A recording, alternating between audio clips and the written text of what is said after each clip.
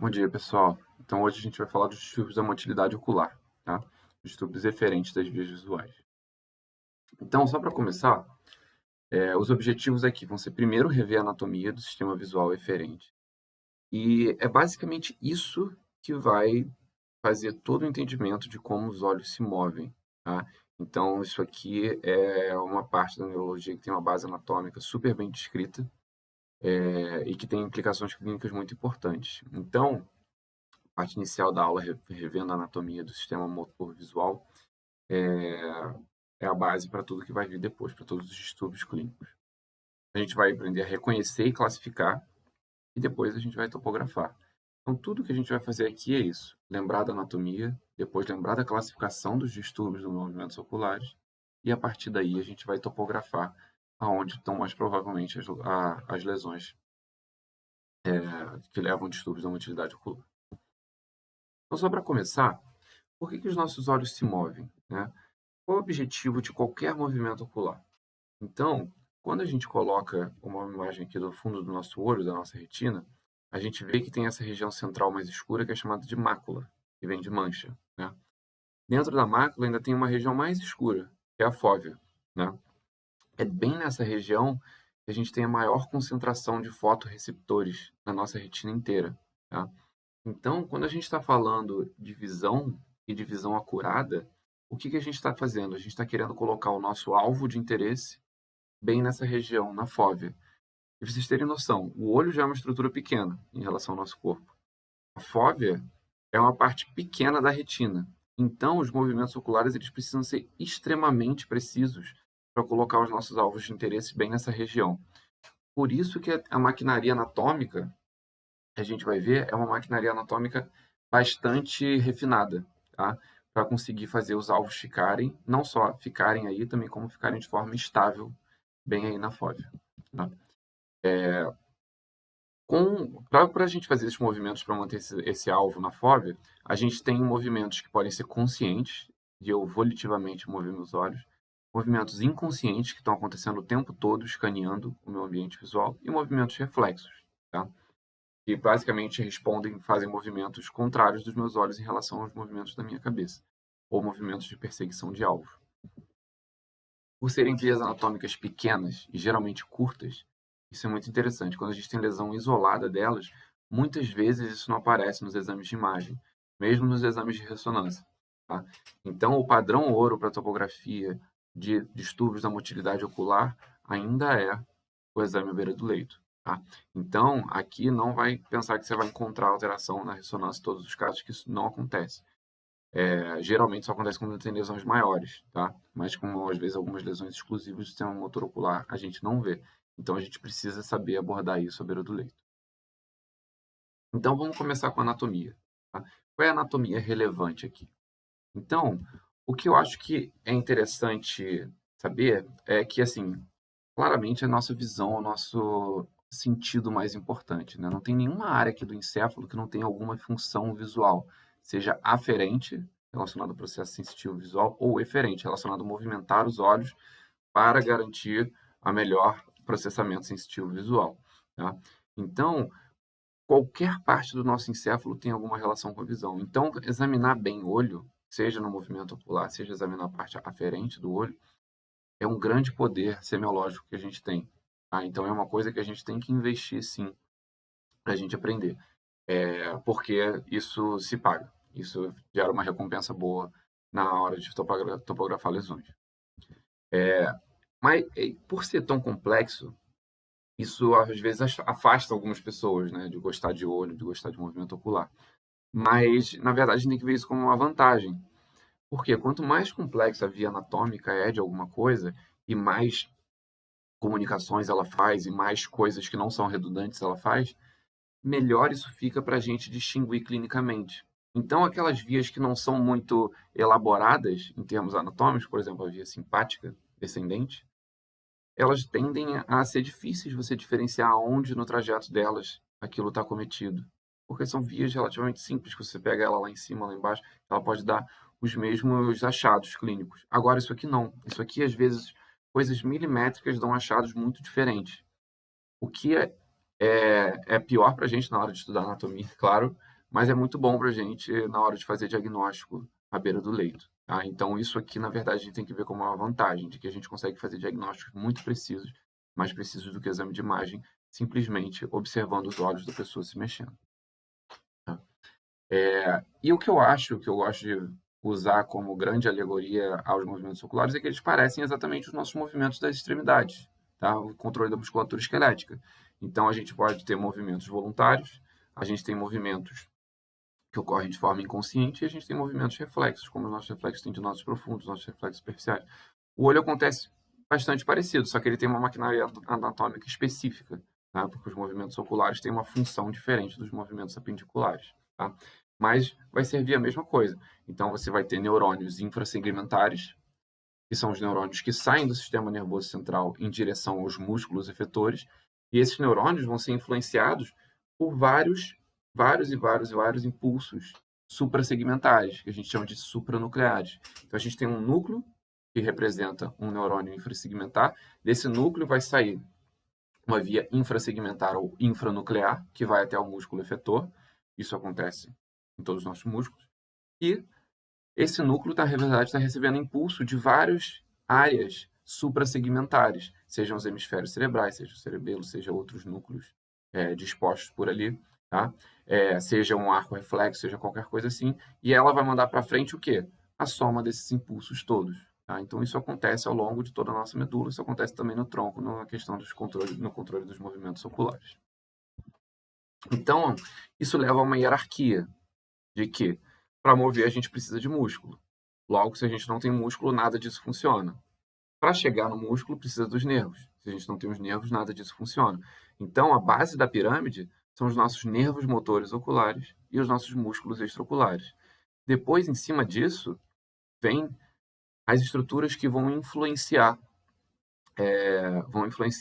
os impulsos que chegam para essas estruturas.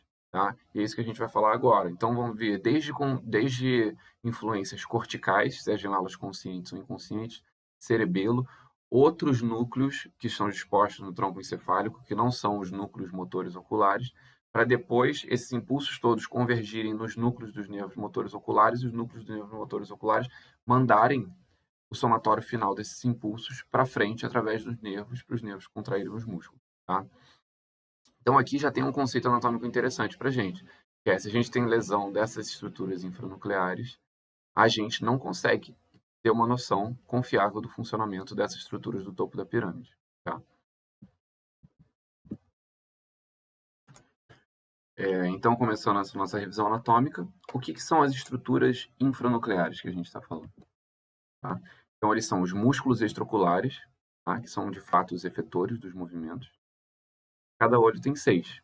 Então, a gente tem 4 retos, reto superior, reto inferior, reto medial e reto lateral, e a gente tem 2 oblíquos. Eles recebem esse nome porque eles se inserem de forma oblíqua. A gente tem o oblíquo superior e o oblíquo inferior. As outras estruturas infranucleares são os nervos cranianos. Tá? Eles transmitem aquela soma dos impulsos gerados pelas vias suprassegmentares. Então, eles representam a via final comum daqueles impulsos que se dirigem aos músculos. Cada olho tem 3 nervos motores oculares. Tá? A gente tem o nervo óculo-motor, que é o terceiro nervo craniano, o nervo troclear, que é o quarto nervo craniano, e o nervo abducente, que é o sexto nervo craniano. Tá? Então, eles ficam aqui. Eles saem, o troclear e o óculo-motor do mesencéfalo, e o abducente sai da ponte, e se dirigem até a órbita, onde eles vão encontrar os músculos efetores deles. E aí, uma coisa interessante é isso aqui. Então, os olhos eles se movem assim. Então, eu tenho os meus movimentos horizontais, que são feitos pelo meu reto lateral e meu reto medial. Então, quando eu olho para um lado e para o outro, eu estou usando o reto lateral no olho que está abduzindo e o meu reto medial no olho que está aduzindo. Né? Isso é relativamente simples. Agora, os movimentos verticais, eles usam uma interação mais ou menos complexa dos retos e dos oblíquos. Tá? Por quê? Esses músculos, os músculos que estão inseridos de forma vertical, eles funcionam não somente para mover os olhos para cima e para baixo, como eles também funcionam para mover os olhos no plano de torção, porque os nossos olhos eles fazem movimentos horizontais, verticais e torsionais, tá? E quando esses músculos verticais vão fazer cada função? A resposta é depende. tá? Então, se o nosso olho está na posição primária, o principal músculo que vai botar o olho para cima e o principal que vai botar o olho para baixo são os retos. Então, reto superior e reto inferior. Agora, se os nossos olhos estão em posições horizontais, então, se eu estou numa mirada para a direita, por exemplo, quem vai botar o meu olho direito para cima é o meu reto superior e para baixo é o meu reto inferior. Quem vai botar o meu olho que está aduzido, ou seja, o meu olho esquerdo, para cima, vai ser o meu oblíquo inferior e para baixo o meu oblíquo superior. Lembrar que o oblíquo ele faz a função oposta do nome dele, tá? E aí, nessa mesma posição, o que, que os outros músculos vão fazer? Então, no meu olho direito, quando eu estou olhando para a direita, como eu estou falando que os retos vão botar ele para cima e para baixo, os oblíquos fazem o quê? Os oblíquos fazem a torção aqui, tá? E no meu olho que está aduzido, o meu olho esquerdo, nessa mesma posição, o que, que os meus retos vão fazer? Eles vão fazer a torção ocular, tá? E aí, na posição primária, a torção ocular é feita por uma interação complexa desses dois. Geralmente, os retos e oblíquos atuando em conjunto para torcer os olhos, tá? Então, a gente tem que ter essa noção de que quando você quer avaliar o oblíquo, a melhor forma é avaliar no olho que está aduzido. Então, avaliar com o paciente olhando horizontalmente. Por isso que a gente faz o H na hora que a gente está examinando o paciente, tá? Porque você consegue examinar os músculos de forma mais isolada do que só na posição primária, que você usa um pouquinho de reto, um pouquinho de oblíquo. E quando a gente está falando dos nervos, isso é relativamente fácil, que é o nervo abducente inerva o reto lateral e o nervo troclear inerva o oblíquo superior. O resto tudo é inervado pelo nervo oculomotor, tá? Tanto que ele recebe esse nome de oculomotor. Ele é o principal nervo motor ocular, vai inervar a maior parte dos músculos, tá? Então, só uma revisão, quando a gente está fazendo mirada horizontal, o olho que abduz está usando o reto lateral, que é a inervação do abducente, e o olho que aduz está usando o reto medial, que é do nervo oculomotor. Quando a gente está olhando para cima e para baixo na posição primária, a gente está usando reto superior para olhar para cima e reto inferior, principalmente para olhar para baixo, que são do oculomotor. Quando a gente está fazendo uma mirada horizontal mais vertical, o que, que acontece? Você vai usar no olho que está abduzido os retos e no olho que está aduzido os oblíquos. Quando você olha para cima, você usa então o quê? O reto superior no olho que está abduzido e o oblíquo inferior no olho que está aduzido. São os dois do óculo motor. E quando você faz essa mirada horizontal para baixo, você vai usar o quê? No olho que está abduzido, o reto inferior, e no olho que está aduzido, o oblíquo superior. E lembrar que o oblíquo superior é do troclear, por isso está em azul aqui. Tá bom?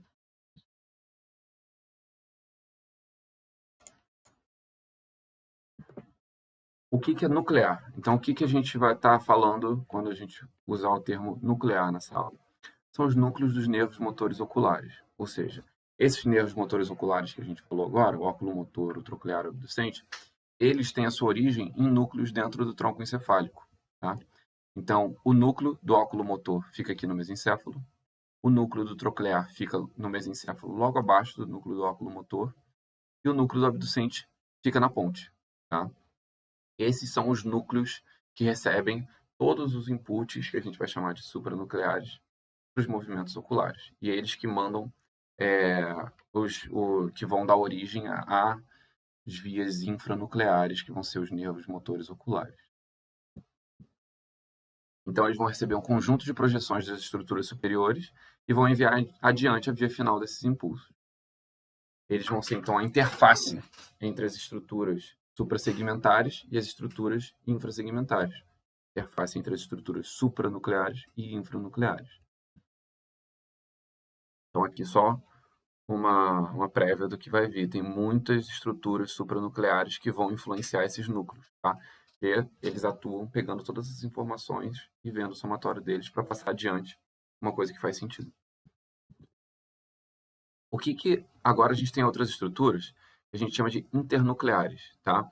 A principal são as fibras que comunicam os núcleos motores do abducente com o óculo motor. Por quê? Então a gente viu ali os núcleos, quando a gente está falando de nuclear, o do óculo motor e do troclear ficam no mesencéfalo, estão relativamente próximos um do outro. Só que o do abducente fica na ponte. Por que isso não é tão bom? Né? Então, o do abducente, ele participa o quê? Da movimentação horizontal, que ele vai inervar o reto lateral. Só que sempre que a gente está fazendo movimentos oculares horizontais, a gente precisa do reto lateral e do reto medial, que vem do óculo motor. E o que acontece? O óculo motor vem do mesencéfalo, o abducente vem da ponte. Então, você teria um lag de um impulso chegar e ir para o óculo motor e do mesmo impulso chegar e ir para o abducente e mover os olhos ao mesmo tempo. E esse lag iria fazer o quê? Um olho ir antes do outro. O que não é bom, porque toda vez que os nossos olhos desalinham, eles ficam desconjugados, eles não estão mais se movendo de forma conjugada, ou seja, de forma simétrica, né? Isso gera o quê? As imagens que estão chegando na nossa retina passam a chegar em pontos diferentes nas duas retinas. E a gente começa a ter diplopia, visão dupla. Então, a gente tem uma maquinaria anatômica que permite, na verdade, uma comunicação direta entre o núcleo do abducente com o núcleo do óculo motor, para que esse movimento ocorra sem lag, tá? Então, é uma via que comunica o núcleo do abducente na ponte com o núcleo do óculo motor no mesencéfalo. Ela passa por um feixe cheio de outras fibras que se chama de fascículo longitudinal medial, ali pelo tronco encefálico. Tá? Isso vai ser mais importante na frente quando a gente estiver falando de distúrbios. Então, essas são fibras que comunicam os núcleos que a gente falou. E o que é supranuclear? Então, supranuclear são todas as estruturas que vão enviar inputs motores para os núcleos dos nervos motores oculares. Então, são todas as estruturas que vão influenciar o núcleo do óculo motor, o núcleo do troclear e o núcleo do abducente, para eventualmente eles mandarem os impulsos infrasegmentares para mover os músculos. Né? Esses impulsos podem vir de vias conscientes, volitivas, inconscientes ou movimentos reflexos. Tá? Eles, então, vão ter origem em várias partes dos hemisférios cerebrais, vão ter origem no cerebelo, vão ter origem no sistema vestibular, que vai participar dos movimentos reflexos, e vai ter a origem de núcleos acessórios no tronco encefálico. Tá? Isso é muito importante, que essa aqui é a parte que às vezes gera alguma confusão. Por quê? São núcleos no tronco encefálico, tá? Mas são supranucleares, porque a gente está usando como referência para nuclear, supranuclear e infranuclear os núcleos dos nervos motores oculares. Eles são as nossas referências. Então, núcleo do óculo motor, núcleo do abducente e núcleo do troclear. Então, se você tem um outro núcleo no tronco encefálico que influencia esses núcleos motores oculares, que são a via final comum, isso é considerado supranuclear, quando a gente está falando de movimentos oculares. Tá? Então, esses núcleos acessórios do tronco encefálico são estruturas supranucleares. Então, aqui, só várias áreas dos hemisférios que podem mandar projeções. Tá? Cerebelo também manda projeções. E esses outros núcleos do tronco encefálico, que também vão se comunicar com os núcleos dos nervos motores oculares, tá? Que são considerados supranucleares. E aqui as vias vestibulares, que vão fazer o reflexo vestibulocular, que a gente vai falar mais à frente. E aí o que acontece? Essas vias não são redundantes, né? Cada local desse participa de uma classe de movimento ocular diferente, porque é aquilo que a gente falou, os movimentos oculares eles precisam ser extremamente precisos. Eles precisam ocorrer de forma precisa em vários contextos diferentes. Desde o contexto de eu parado querendo olhar para um lado ou para o outro, até o contexto de eu focando no alvo visual e correndo, mexendo o meu corpo para tentar chegar nesse alvo visual. Então, essas estruturas supranucleares elas vão entrar em ação em contextos, em momentos distintos. Então, eles vão fazer classes de movimentos que são distintas. Né? Eles vão mover os olhos em momentos diferentes, em contextos diferentes. Isso dá origem à classificação que a gente faz de tipos de movimentos oculares distintos. Tá? E é isso que a gente vai falar um pouco agora, as diferentes classes de movimento ocular. Então, vamos lá. Quais são as classes de movimento ocular que a gente tem? Então, a gente tem o reflexo vestibulo-ocular, tá? Que ele vai ser um movimento, obviamente, reflexo, e ele vai envolver o quê? Ele vai ser um movimento caracterizado por um movimento ocular na mesma velocidade no sentido oposto de um movimento da cabeça, tá? Ele é um movimento que tem qual finalidade? Eu estou olhando para um alvo visual e, apesar de movimentar minha cabeça, eu não perder esse alvo visual da minha fóvea, tá? Ele é o reflexo mais rápido do corpo humano. Então, ele é extremamente importante para manter a nossa visão enquanto a gente está se movimentando. Isso é muito importante, por exemplo, para fazer caçada e coisas assim. Tá?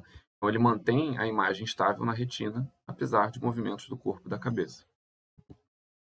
A sua aferência vem pelo nervo vestibular. Então, a gente tem, na aula de tonteira a gente fala mais disso, mas a gente tem o labirinto, né? O labirinto ele possui o sacro e o trículo, que detectam os movimentos de translação, né? O sacro detecta para cima, para baixo, para frente, para trás. O trículo detecta movimentos de tilt. E a gente tem os canais semicirculares, que detectam os movimentos angulares da cabeça. E aí, cada uma dessas estruturas detecta um movimento num plano e manda um impulso exatamente naquele plano para fazer um movimento ocular no sentido oposto. Então, se eu faço esse movimento com a minha cabeça, o que os meus olhos estão fazendo para a imagem não fazer assim junto com a minha cabeça? Quando eu tilto a minha cabeça, ou seja, eu boto minha orelha em direção ao meu ombro, os meus olhos têm que fazer uma torção no sentido contrário, o meu olho de cima tem que descer e o meu olho de baixo tem que subir. Então, esse é o plano de rolamento do reflexo vestibulocular, por exemplo, isso é feito pelo trículo. Já se eu movo a minha cabeça assim, para um lado e para o outro, eu estou usando o plano horizontal do meu reflexo vestibulocular, que é feito pelos meus canais semicirculares, horizontais. Se eu estou fazendo assim com a cabeça, eu estou usando o plano vertical do meu reflexo vestibulocular, que é feito pelos canais semicirculares verticais. Tá? Então, vão vir esses impulsos desses órgãos vestibulares pelo nervo vestibular, vão chegar no núcleo vestibular e do núcleo vestibular eles mandam impulsos diretos para os núcleos dos nervos motores oculares para fazer o movimento no sentido oposto. Tá? Então é mais ou menos assim essa via. É uma via curta. O núcleo vestibular está ali na transição bulbo-pontina e ele já manda os impulsos para o núcleo do abducente e o núcleo do óculo motor e troclear. Então isso pode acontecer nesses três planos que os olhos se movem: torção, vertical para cima e para baixo, horizontal. Como é que a gente testa isso? A gente pode fazer essa manobra aqui. Slowly, like don't say maneuver, keep looking at me. A manobra dos olhos de boneco. Você pede para o paciente ficar olhando num ponto fixo e você move a cabeça.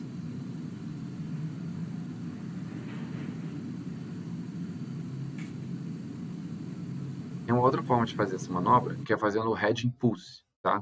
Que é um teste que você mexe a cabeça rápido. Isso é mais útil para ver se tem paresia do nervo vestibular.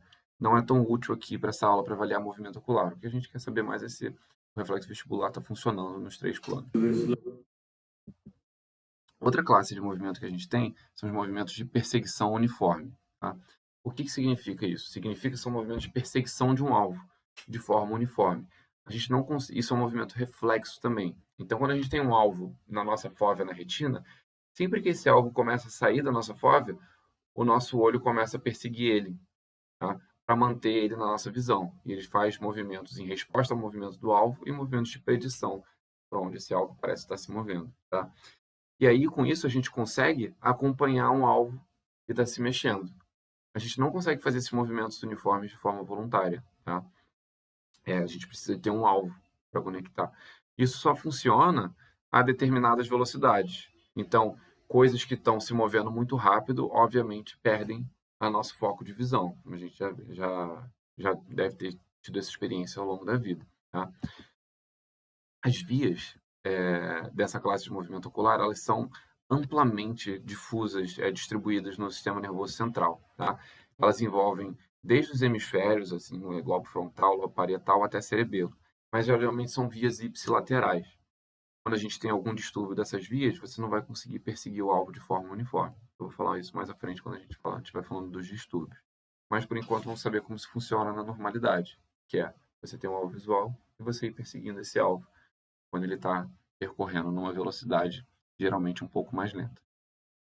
Então, como é que a gente examina? A gente dá um alvo para o paciente e a gente move o alvo sem mover a cabeça do paciente, de forma lenta. Tá? Essa é a velocidade que a gente gosta de fazer. E aí dá a impressão de que o olho do paciente está ligado ao alvo. Não tem nenhum tipo de atraso quando você faz isso de forma lenta. Mostra pra gente que as vias da perseguição uniforme estão funcionando. E aí você faz isso em todos os planos da mirada.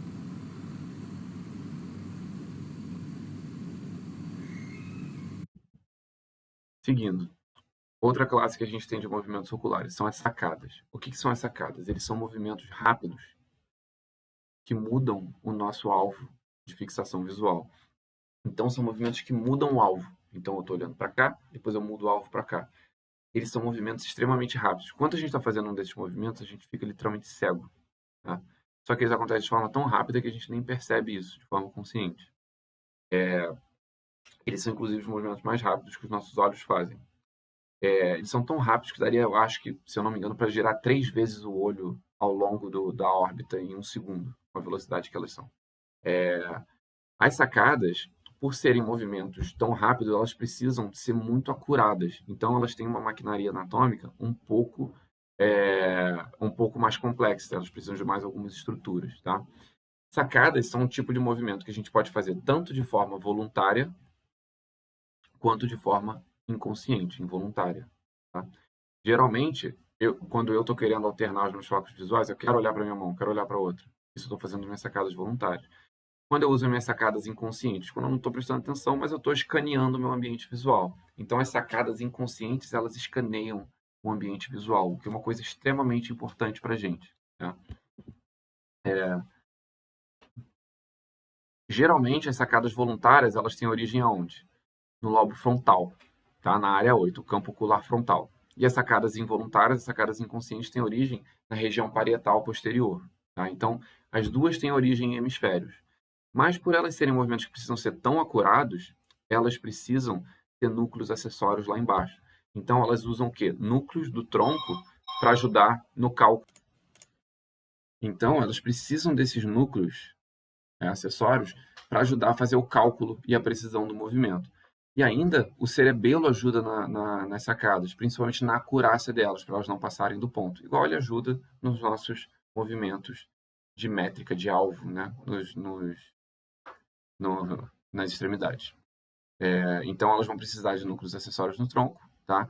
Que são o núcleo intersticial rostral do fascículo longitudinal medial, esse nome enorme, e a formação reticular pontina paramediana. E vão precisar do cerebelo. Então, como é que isso aqui? Então, aqui eu tenho as minhas vias que vão fazer sacadas. Então, aqui, a área 8 frontal desce e cruza para participar das minhas sacadas voluntárias, tá? E aí o que acontece? Esses dois núcleos acessórios, cada um trabalha num tipo de movimento. Então, o núcleo intersticial rostral do fascículo longitudinal medial, ele fica no mesencéfalo. Ele fica mais próximo do núcleo do óculo motor e do núcleo do troclear. Por quê? Ele auxilia nas sacadas verticais. Então, no mesencéfalo, a gente tem os centros do movimento vertical, né? Já a formação reticular pontina paramediana é o núcleo que vai auxiliar as sacadas horizontais, porque ele fica mais próximo do núcleo do abducente, que é o centro da mirada horizontal, tá? E aqui atrás a gente tem o cerebelo, que se comunica com esses núcleos também para ajudar na acurácia desses movimentos. A gente testa sacadas pedindo para o paciente fazer movimentos de alternância de foco visual. Então você pode botar o seu dedo e pedindo para ela olhar de forma alternada para um lado do outro. Up, down, up, down, up. Está testando assim, ele está testando sacadas voluntárias vindas do campo ocular frontal. Quando ele está fazendo as horizontais, ele está testando a formação reticular pontina paramediana também e todas as vias infranucleares que vão passar por ali. E quando ele está fazendo as verticais, ele está testando o centro do campo ocular frontal, indo até o núcleo intersticial rostral do fascículo longitudinal medial no mesencéfalo e se comunicando com o núcleo do óculo motor e do troclear. Agora, e as sacadas involuntárias, as sacadas inconscientes? Então, elas participam no escaneamento, tá, das cenas visuais. Então, quando a gente olha para alguma coisa, se a gente ficasse com o olho fixo, parado num alvo visual, o que a gente veria, na verdade, um fragmento muito pequeno do que essas imagens representam. Então, o que o nosso olho faz? Então, apesar de ser uma área muito pequena que ele consegue ter visão acurada, a gente fica o tempo todo fazendo sacadas pequenas, inconscientes, que escaneiam a cena visual. Isso vão mandando informações visuais para o nosso cérebro criar o que é a realidade. Então, a gente sabe que na retina, ali na área da mácula e da fóvea, é a única área que a gente tem uma visão acurada, uma visão em cores, de fato, bem definida. Só que a nossa impressão é de que a gente tem um mundo todo bem definido, um mundo todo em cores. Isso é gerado por uma conjunção dessas sacadas que vão ampliando a capacidade da gente enxergar e a criação da percepção feita pelo nosso cérebro, que funciona a partir de modelos internos e simulação do que ele acredita que está acontecendo ali. E as sacadas vão dando informações visuais só para corrigir essas simulações, tá? Então, o paciente, que tem problema das sacadas involuntárias, ele vai ter problema de escanear cenas visuais, tá? Isso aqui é muito interessante.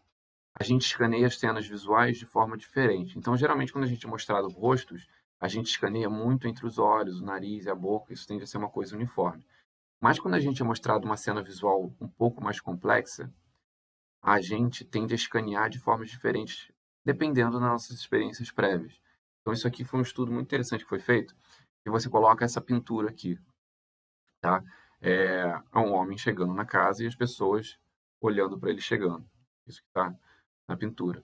Agora, dependendo da pessoa, os seus olhos vão se mover ao longo dessa casa de forma diferente. Então, a maioria das pessoas acaba olhando para o rosto de todos, olha alguma coisa para a roupa e tal.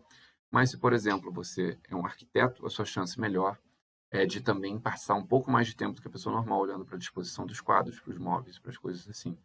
Então, literalmente, as nossas experiências prévias e quem a gente é molda a forma com que a gente tem a experiência do mundo, molda a forma com que as nossas percepções são geradas. E aí, depois dessa parte de pedir para as pessoas olharem de forma espontânea o quadro, ele fez um outro experimento, que é, ele dava comandos específicos antes de mostrar a imagem. Por exemplo, eu quero que você estime se a família é rica ou não. Eu quero que você estime quais são os estados psicológicos das pessoas na imagem. E isso leva a movimentos de escaneamento visual totalmente diferentes. E a gente não tem nenhuma noção consciente. Então, aqui é o exame livre, tá? A maioria das pessoas examinando. Agora, aqui, no 2, estime as circunstâncias materiais da família. E as pessoas passam muito mais tempo olhando para as roupas, para os pulsos e para os móveis, para a casa, né? Do que necessariamente para os rostos. Aí depois ele pede, dá mais ou menos a idade das pessoas. Ele passa muito, muito, muito mais tempo olhando para o rosto das pessoas. E por aí vai, tá? Então, literalmente, a nossa percepção é moldada pelo nosso inconsciente. Tá? O que que a gente quer, o que que a gente está procurando, vai determinar o que que a gente vai enxergar. Agora, como é que a gente testa aquilo? Então, a gente testa pedindo para o paciente analisar cenas visuais, isso é uma boa forma de testar as sacadas inconscientes, mas tem outra forma de testar também, tá? Através disso aqui, movimentos optocinéticos. Algumas referências colocam movimentos optocinéticos como uma classe de movimento distinta, mas na verdade eles não são. O que que é um movimento optocinético? São movimentos. Então, eles são movimentos que fazem o quê?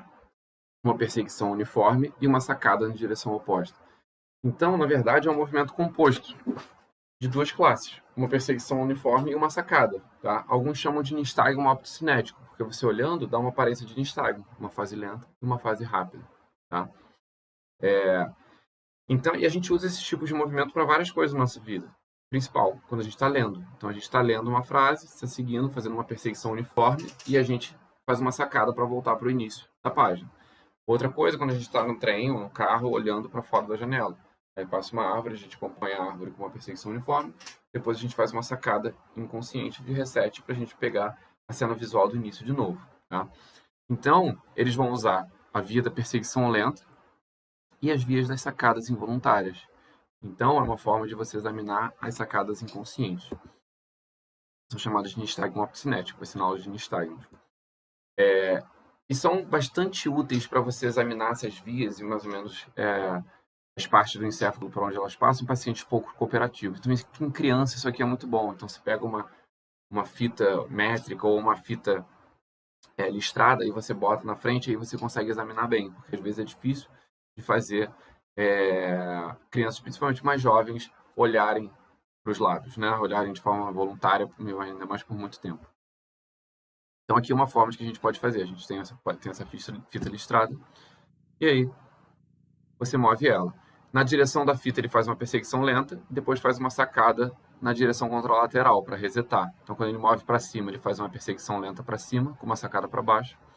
E quando ele move para baixo, ele faz uma perseguição lenta para baixo, com uma sacada corretiva para cima. E essas sacadas são inconscientes. Então, aqui você está testando mais o lobo parietal do que o frontal. Então, só para resumir, sacadas voluntárias. A gente usa o campo ocular frontal, que se comunica com os núcleos acessórios das sacadas no tronco encefálico. As sacadas involuntárias, lobo parietal, que se comunica com os núcleos acessórios das sacadas no tronco encefálico, tá? Então, você já viu se às vezes tem um problema que afeta tanto sacadas conscientes quanto inconscientes, isso é mais provavelmente um problema dos núcleos do tronco cefálico ou um problema hemisférico difuso e não uma lesão focal nos hemisférios. Perseguição uniforme, vias amplamente distribuídas, tá? Reflexo vestibulocular, núcleo vestibular ali na transição bulbo-pontino, passando por vias vestibulares centrais, indo até os núcleos dos nervos motores oculares. Tudo isso, então, termina nos núcleos motores oculares no tronco. Então, no núcleo do óculo motor, no núcleo do troclear e no núcleo do abducente. De lá, a soma desses impulsos passa pelas estruturas infranucleares, os nervos cranianos, a junção neuromuscular, até chegar nos músculos que vão fazer o movimento do globo ocular. Então, é isso aqui. Essa é a parte introdutória de anatomia e classificação.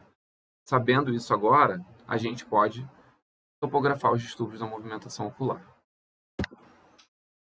Antes, e toda vez que vocês virem um distúrbio da movimentação ocular, o que eu recomendo é uma abordagem sistemática, tá? E a primeira etapa é você determinar, será que esse distúrbio parece supranuclear ou será que esse distúrbio parece nuclear/infranuclear, tá? Essa é a primeira distinção que a gente tem que fazer. Não só em termos de diagnósticos diferenciais, isso vai ser muito diferente, como em termos de topografia. Isso vai guiar o nosso exame a partir dali. Então, essa é a primeira distinção que a gente tem que fazer. Aí, como é que a gente faz essa distinção? Geralmente, os distúrbios supranucleares, eles vão fazer o quê? Eles vão afetar algumas classes de movimento ocular, poupando outras, né? Na grande maioria das vezes, eles afetam alguma daquelas classes, sejam sacadas voluntárias, sacadas inconscientes, perseguição uniforme, e poupam o reflexo vestibulocular. Então, poupam as vias vestibulooculares. Tá? Ou pode acontecer o contrário, você tem um distúrbio vestibulocular e poupar as vias suprassegmentares. Então, o que você quer ver é a dissociação entre essas classes de movimento. Isso mostra o quê? Isso mostra que, apesar do movimento não estar indo de um jeito, quando você usa uma outra via, ele vai. É aquela mesma coisa quando a gente tem um paciente que tem uma paralisia de radial e tem um punho caído. E aí você quer saber, será que isso é uma lesão de radial de fato, ou será que isso é uma lesão frontal ali da área motora, mimetizando uma paralisia de radial, né? E o que você faz? Será que ele consegue fazer a extensão do punho através de outro movimento, através de uma via que não seja piramidal? E aí você pede para o paciente segurar alguma coisa com força. Se ele faz essa sincinesia, está usando a via extrapiramidal, o nervo radial está funcionando. Então isso é supra. Isso é um problema da via piramidal. Pela via extrapiramidal isso aqui movimentou. Logo, o nervo radial está funcionando. Agora, se o problema é do nervo radial, ele não mexe isso aqui em nenhuma circunstância, tá? É a mesma coisa aqui. Então, os distúrbios supranucleares, você perde algumas classes, mas poupa outras, mostrando que o núcleo, o nervo e o músculo estão funcionando. Só não está vindo por uma via, você consegue por outras vias. Agora, se você tem um distúrbio nuclear ou infranuclear, não importa qual classe de movimento você está usando, você vai ter um prejuízo. Então, o prejuízo é geralmente proporcional em todas as classes de movimento ocular, incluindo o reflexo vestibulocular. Então, aqui eu vou dar exemplos. Então, aqui é um paciente que faz uma sacada para cima, na hora de fazer uma sacada para baixo, ele tem uma paralisia da mirada para baixo.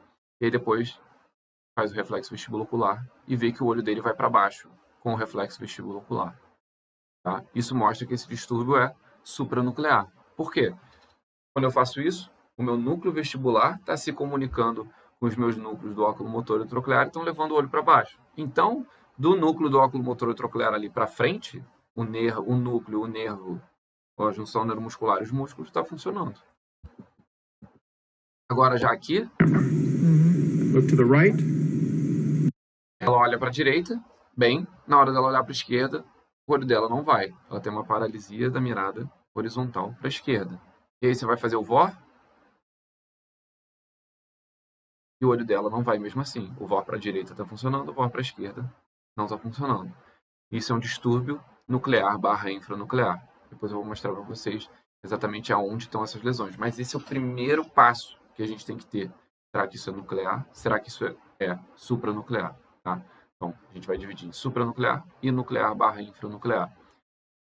Alguns livros falam para vocês fazerem essa distinção através de movimentos conjugados. Então, os distúrbios supranucleares tendem a afetar os dois olhos ao mesmo tempo, e os distúrbios nucleares/infranucleares tendem a afetar um olho mais do que o outro, então fica desconjugado o movimento ocular.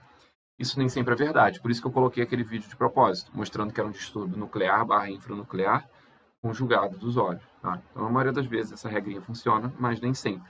A melhor coisa é isso, ver dissociação entre as classes de movimento, principalmente entre algum movimento que você está fazendo e o reflexo vestibulocular. Beleza. Então, agora a gente tem a nossa principal divisão. Viu o paciente, diferenciou se é supranuclear ou nuclear / infranuclear. Aí a gente vai entrar em diagnósticos topográficos totalmente diferentes. Vamos começar para quando? Você vê o paciente, você vê que é supranuclear. Qual é o próximo passo?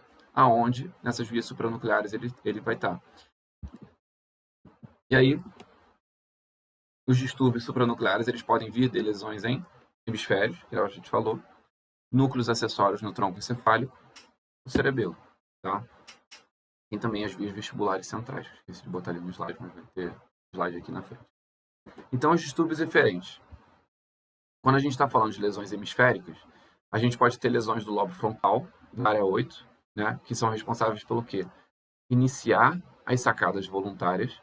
Então, geralmente, a minha área 8 de um lado leva ao início os movimentos oculares sacádicos voluntários para a contralateral.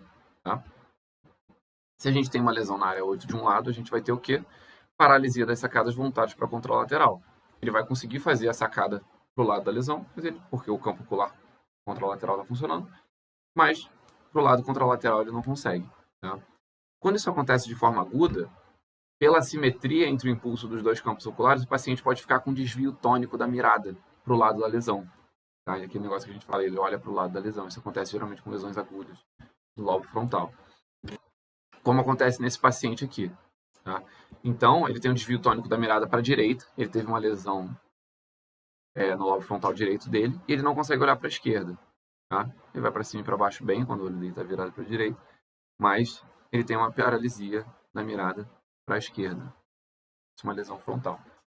Não tem o VOR aí, mas quando você faz o VOR, o olho dele consegue ir. E agora, se tem uma lesão bilateral?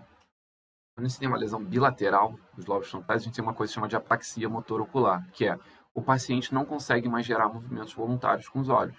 Então, como a gente viu, a gente tem movimentos dos olhos que são conscientes, inconscientes e reflexos. Os conscientes vêm de onde? Qual é o único movimento consciente que a gente faz? Sacadas voluntárias. Se você tem uma lesão do campo ocular frontal bilateral, você não consegue mais fazer movimentos voluntários. E aí o paciente não consegue mais fazer sacadas voluntárias. Fica com uma paralisia ocular. Ele ainda preserva os movimentos involuntários, os movimentos reflexos. E aí ele usa o quê? Ele começa a fazer movimentos da cabeça, que são head thrust. E ele começa a piscar, porque piscar ajuda a resetar as sacadas. Então, quando ele mexe a cabeça, ele está usando o quê? O VOR para mexer o olho dele, porque ele não consegue fazer isso voluntariamente. E aqui mostrando que ela faz ainda perseguição uniforme e ela ainda faz sacadas reflexas. E as lesões do lobo parietal? Então, elas vão fazer o quê? Uma paralisia das sacadas inconscientes para a contralateral. Tá? Quando isso é unilateral, geralmente o paciente fica assintomático. Ele não se queixa disso. Mas você pode notar isso fazendo nistagmo optocinético. Então, como nesse paciente aqui. Tá? Quando ele persegue o alvo para a esquerda, ele faz a perseguição lenta para a esquerda e a sacada para a direita bem. Mas quando o movimento muda de direção, ele só faz a perseguição lenta e não consegue gerar a sacada. Então, ele tem uma lesão parietal direita.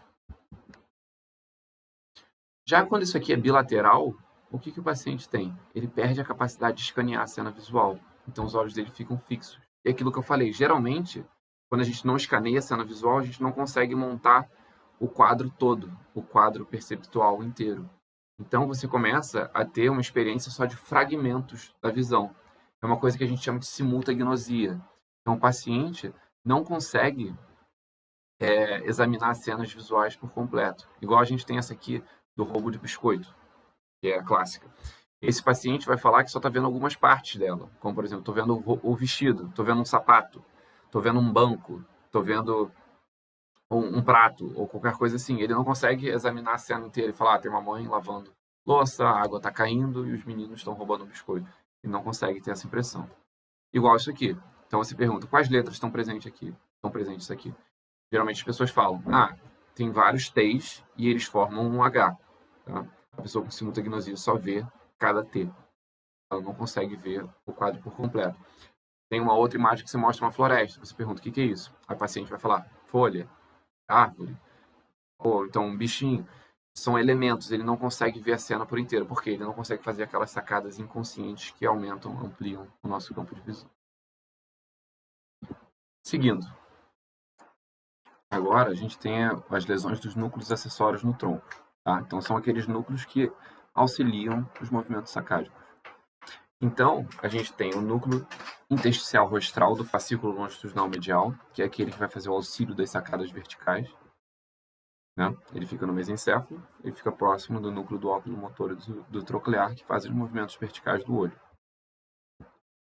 Quando a gente tem lesão desse núcleo, a gente tem paralisia das sacadas verticais.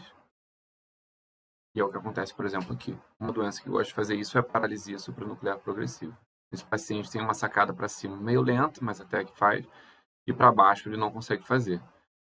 Né? Quando faz o VOR, ele consegue se mover, mostrando que isso não está nos núcleos motores oculares, não está no núcleo do óculo motor, não está no núcleo do troclear, não está no núcleo do abducente, mas está no núcleo acessório do tronco, tá? Que está suprasegmentar a ele. Então a gente chama de supranuclear. A gente tem a formação reticular contínua paramediana, que serve bem parecido com o núcleo intersticial rostral, só que para sacadas horizontais. Ela fica na ponte, próxima do núcleo do abducente, que fica na ponte. E geralmente que esses pacientes têm paralisia das sacadas horizontais para o mesmo lado da lesão. Então esse paciente que olha para a direita bem, na hora de fazer a sacada para a esquerda, o olho dele não vai. Quando você faz o VOR, o olho dele se mexe. Tá? E além disso, tem uma outra estrutura aqui que eu não falei na parte de anatomia, mas que ela é interessante. Na comissura posterior, né, que é essa estrutura que fica bem aqui dorsal do mesencéfalo, ela tende a auxiliar os movimentos oculares para cima. Tá? A gente não sabe ainda exatamente muito como, mas ela faz parte, do auxílio dos movimentos oculares para cima. Quando a gente tem uma lesão da comissura posterior, o que acontece? Você não consegue mais fazer uma sacada para cima. Né? Você até consegue fazer para baixo, você não consegue mais para cima. E ao invés de fazer a sacada para cima, você tem um mecanismo como se fosse errôneo de contração de outros músculos oculares. Então o que acontece? Ao invés do olho para cima, você contrai todos os músculos oculares. E a resultante faz o quê? Faz o seu olho convergir, né? Os olhos olharem em direção ao nariz, e por contração de vários músculos ao mesmo tempo, o olho retrai na órbita. Isso que a gente chama de nistagmo de convergência e retração. É um nome errôneo, tá? Porque isso aqui não é um nistagmo. Não é um movimento de fase lenta, não tem nada disso. É só um movimento errático de contração de vários músculos oculares ao mesmo tempo. Tá? É mais ou menos isso aqui que acontece. Então, usando fita métrica para fazer o paciente fazer sacadas verticais. E aqui no vídeo de cima, olhando de frente, vocês veem o movimento de convergência. E aqui embaixo dá para notar a retração ocular. Então, isso é característico de lesões da comissura posterior. Geralmente, o que causa isso? Geralmente são lesões expansivas da região pineal, que comprimem o mesencéfalo posterior. Então, geralmente são lesões compressivas, tá? Isso aqui é um geminoma de pineal. Seguindo, a gente pode ter lesões do cerebelo, tá? O cerebelo tem várias síndromes oculares que ele pode gerar por lesões em diferentes partes dele. Mas, por enquanto, o mais importante é reconhecer que o distúrbio está vindo de lesões cerebelares, tá? Então, o cerebelo ajuda o quê nos olhos? Ele ajuda a fazer a acurácia das sacadas. Então, igual ele ajuda a fazer esses movimentos de alvo que a gente faz com nossas extremidades, ele ajuda também a fazer movimentos de alvo com os olhos. Então, quando você tem lesões do cerebelo, você pode ter hipermetria sacádica ou hipometria sacádica, tá? Geralmente, lesões do núcleo fastigial e suas vias dão hipermetria, o vermes dorsal dão hipometria, tá? Mas o que importa é a dismetria sacádica tende a ser um sinal ocular cerebelar. A gente vê isso aqui assim. Então, essa paciente tem uma hipermetria para a direita. Ela faz sacada para a esquerda, faz ok. Quando ela vai para a direita, ela passa um pouco do ponto e depois ela tem que retornar. Tá? Isso é uma hipermetria sacádica. Às vezes isso pode acontecer de forma bilateral, como no caso desse paciente. Ele está com a pupila farmacologicamente dilatada. Tá? Então, ele tem um nistagmo downbeat espontâneo, que é um nistagmo de padrão cerebelar. A gente fala disso na outra aula. E na hora que sempre que ele faz a sacada, ele tem um movimento que passa do ponto e depois ele retorna para o ponto. Tá? Isso é uma hipermetria sacádica. Então ele não tem problema em gerar a sacada. E a sacada dele sai com uma velocidade boa. Isso não é um problema das regiões das sacadas, dos núcleos acessórios do tronco e tal. O problema é que a sacada dele passa do ponto, é inacurada. Eles podem ter distúrbios da perseguição uniforme, tá? Como eu mostrei, as vias da perseguição uniforme são amplamente distribuídas, mas elas passam por os hemisférios e cerebelo. Se o paciente tem uma lesão cerebelar unilateral, ele pode ter dificuldade de fazer perseguição uniforme para aquele lado. E aí o que ele faz? Ao invés de ele usar a perseguição uniforme para perseguir o alvo visual, ele começa a usar as sacadas. Ele começa a fazer uma perseguição que a gente chama de perseguição sacádica, ou perseguição quebrada, ao invés de fazer uma perseguição uniforme, tá? E aí o olho dele começa a fazer um movimento meio assim. E outra coisa que o cerebelo faz, que é muito importante, que é ele consegue cancelar o reflexo vestibulocular, tá? Então, assim como a gente tem que cancelar o nosso reflexo tendinosos profundos na hora que a gente quer mover voluntariamente os nossos membros, na hora que eu estou com um alvo visual que se mexe junto com a minha cabeça, eu não quero ativar o meu reflexo vestibulocular, porque senão eu vou perder esse alvo visual. Então, se eu estou olhando para uma coisa que está parada e eu mexo a minha cabeça, eu ativo o meu reflexo vestibulocular. Mas se esse alvo se mexe junto com a minha cabeça, eu tenho que cancelar o meu reflexo vestibulocular. E é o cerebelo que faz isso. Nesses pacientes que têm lesão cerebelar, eles podem ter um prejuízo, uma dificuldade de cancelar o reflexo vestibulocular. E aí eles têm dificuldade de olhar alvos que estão se movimentando junto com eles. Tá? Por exemplo, olhar no celular e virar para o lado ao mesmo tempo. Tá? E a gente testa isso, pedindo para ele ficar olhando para a ponta dos dedos assim, ou olhando no alvo visual que você botar, e você girar a cabeça e o alvo juntos. E aí você vê se ele está cancelando. Se ele não cancelar, ele começa a fazer várias sacadas. Tá? Como acontece nessa senhora aqui, tá? Então, quando ela faz o movimento de perseguição para a direita, ele sai quebrado. Para a esquerda, ele sai bom. Tá? Mostrando que ela tem uma prejuízo da perseguição uniforme à direita. E aí, quando ele vai fazer o cancelamento do reflexo vestibulocular, para a direita ela faz vários movimentos corretivos, para a esquerda não. Para a direita, movimentos corretivos, para a esquerda não. Então, essa é uma lesão cerebelo à direita. E a gente pode ter vários nistagmos de padrão cerebelar, que a gente vai discutir na outra aula de nistagmo. Seguindo, a gente pode ter distúrbios vestibulares, tá? E aí, aqui o que acontece? Então, eu falei para vocês um pouco de como o reflexo vestibular funciona. Então, você tem estruturas diferentes do labirinto que vão detectar movimentos da cabeça em planos diferentes. Então, movimentos para cima e para baixo são detectados pelos canais semicirculares verticais. Movimentos de um lado para o outro são pelos canais semicirculares horizontais. E movimentos de torção são pelo trículo. Movimentos de tilt, colocar minha orelha em direção ao meu ombro. E aí, cada uma dessas estruturas que detecta esses movimentos vai querer gerar um movimento ocular no sentido oposto. Para o quê? Para a gente não ter uma sensação de que o ambiente visual está se movendo junto com a nossa cabeça. Tá? Esse é o reflexo vestibulocular. Ele funciona a partir de tônus. Então, se eu estou parado, o tônus de um lado é igual ao tônus do outro. E aí, se eu me mexo, eu começo a estimular um lado e inibir o outro para os nossos olhos conseguirem fazer os movimentos. Agora, se eu tenho uma lesão que leva à assimetria desse reflexo vestibulocular, a grande manifestação que a gente tem é nistagmo. Tá? Geralmente não dá déficit de motilidade dos olhos.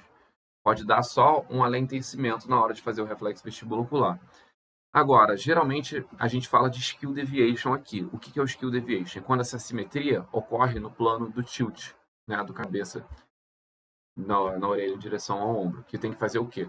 Quando eu tilto a minha cabeça, eu tenho que fazer um movimento de torção ocular. Ao contrário, o olho de cima tem que descer, o olho de baixo tem que subir. Tá? Para manter sempre os olhos na posição mais horizontal possível e mais reto possível em relação à vertical. Quando eu tenho uma assimetria, então, lesões que pegam as vias do trículo para os olhos, né, eu começo a ter o quê? Um desvio do que o meu corpo entende como a vertical. Então, eu mesmo reto vou ter os olhos torcidos e um olho vai para cima e outro olho vai para baixo. Se eu coloco a minha cabeça reta, ele começa a ficar assim. Então, pode acontecer uma coisa chamada de ocular tilt reaction, que é o olho torce, se você vê no fundo de olho, o olho está torcido. Um olho fica para cima, outro para baixo, você tem o desalinhamento vertical dos olhos e o seu pescoço pode girar assim. Você pode ter fragmentos disso, pode ter só a torção ocular, pode ter só a hipertropia, tá? E às vezes você pode ter os três, que é o ocular tilt reaction completo. Então, Geralmente ocorre com as lesões das vias utriculares centrais e cursa com uma torção ocular em desalinhamento. Agora, o que é interessante? Isso é posição dependente. Tá? Porque o utrículo só está sob a ação da gravidade, detectando isso, quando a gente está em pé. Quando a gente deita, o utrículo não está mais sob a ação da gravidade. Então, isso tudo melhora quando a pessoa deita. Tá? Então, é assim que ocorre. Você gira a cabeça, os seus olhos vão fazer uma torção, movimento contrário. E aí, se o paciente tem esse problema, você faz o fundo de olho dele em pé, aqui à direita, e depois deitado, e você vai ver que o olho fica torcido quando ele está em pé e não torcido quando ele está deitado. Tá? Então, é posição dependente. Assim como o desalinhamento vertical dos olhos. Se um olho está para cima e o outro um olho está mais para cima que o outro, você deita ele e isso diminui quando o paciente está deitado. Ok, seguindo. Quais são os distúrbios internucleares? Então, a principal estrutura internuclear que a gente falou é aquela comunicação do núcleo do abducente com o núcleo do óculo motor, para a gente poder fazer um movimento conjugado sem um lag, né, do reto medial. E o que acontece quando a gente tem essa lesão? Uma lesão nessa estrutura, né, no fascículo longitudinal medial, que é por onde passa essa via. A gente tem uma coisa chamada de oftalmoplegia internuclear. Então, a oftalmoplegia é um problema de mexer o olho que ocorre por uma lesão internuclear. E aí, exatamente aqui, o núcleo do abducente, ele manda algumas projeções que vão para o reto lateral daquele lado e algumas projeções que vão para o núcleo do óculo motor para mexer o reto medial do lado contralateral. Assim eu consigo olhar, por exemplo, à direita, de forma conjugada. Se eu tenho uma lesão na via que comunica o núcleo do abducente com o óculo motor, vai fazer o quê? O meu reto lateral vai funcionar e o meu olho do óculo motor não vai ir junto, ele não vai aduzir junto. Tá? Então, você vai ter um problema que um olho abduz e o outro não aduz junto com ele. Se olhar para o outro lado, está tudo ok, porque o outro pode estar funcionando. Então, o que a gente nota é isso aqui. Quando ele abduz o olho esquerdo, o olho direito não aduz junto. Quando ele olha para a direita, está ok. Então, o problema dele está na mirada para a esquerda. Tá? Além disso, quando o olho direito não aduz junto, a gente começa a mandar mais impulsos para o reto lateral, como se fosse para tentar estimular o outro olho a aduzir junto. E aí o olho que está em movimento de abdução pode passar um pouco do ponto. E aí você faz um nistagmo que ocorre só nesse olho. Então é uma das causas de nistagmo dissociado, ou seja, nistagmo que acontece mais em um olho do que no outro. Então, às vezes, a grande dica para você notar uma oftalmoplegia internuclear é quando o paciente olha para o lado, você vê um nistagmo que acontece mais no olho que está abduzindo. Tá? Esse é um caso claro que o olho dele que está paralisado não aduz de forma nenhuma. Mas tem casos que os dois olhos vão e você só nota um nistagmo de abdução. E aí, quando você faz uma sacada, você consegue notar isso melhor. Tá? É exatamente o próximo vídeo que eu vou mostrar. Então, aqui olha para a direita bem, para a esquerda ele tem um nistagmo dissociado de abdução no olho esquerdo e um lag e uma falha de adução do olho direito. A lesão está sempre do lado do olho que não aduz. Então, essa é uma lesão do fascículo longitudinal medial à direita. Isso pode acontecer de forma bilateral, porque como cada fascículo longitudinal cruza para um lado, tem um ponto que eles se encontram. Se você tem uma lesão ali, você pode ter uma oftalmoplegia internuclear bilateral, tá? Então, aqui a gente nota exatamente isso acontecendo. Ele vai começar mexendo os olhos dela de forma lenta, fazendo uma perseguição uniforme. E os dois olhos vão, mas você nota que tem um nistagmo dissociado do olho esquerdo. E tem um nistagmo dissociado do olho direito quando ele está abduzindo.